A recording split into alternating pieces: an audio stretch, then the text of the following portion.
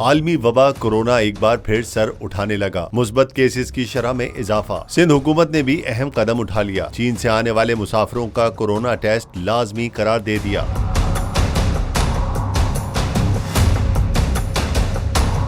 तफसीलात के मुताबिक सिंध हुकूमत ने national command and operation centre की हिदायत पर चीन से आने वाले तमाम मुसाफिरों के कोरोना टेस्ट का फैसला किया है। महकमा सेहत सिंध की जानिब से जारी एलामिया के मुताबिक NCOC की हिदायत पर कोरोना के नए वेरिएंट से बचाव के लिए इकदाम का फैसला किया गया है, जिसके तहत चीन से आने वाले हर मुसाफिर का कोरोना टेस्ट किया जाएगा और मुस्बत केस आने पर मुतासरा मुसाफिर को करंतना में रखा जाएगा। अलामात वाले मुसाफिर का PCR टेस्ट लाजमी किया जाएगा। महकमा सेहत का कहना है कि तमाम मुसाफिरों को फाइजर का बूस्टर डोज लगाया जाएगा। यही नहीं, अलामात होने और टेस्ट मनफी आने के बावजूद मरीज का चेस्ट एक्सरे भी होगा। महकमा सेहत सिंध ने अवामी मकामात पर मास्क लाजमी पहनने और इज्तिमात से गुरेज करने की भी हिदायत की है।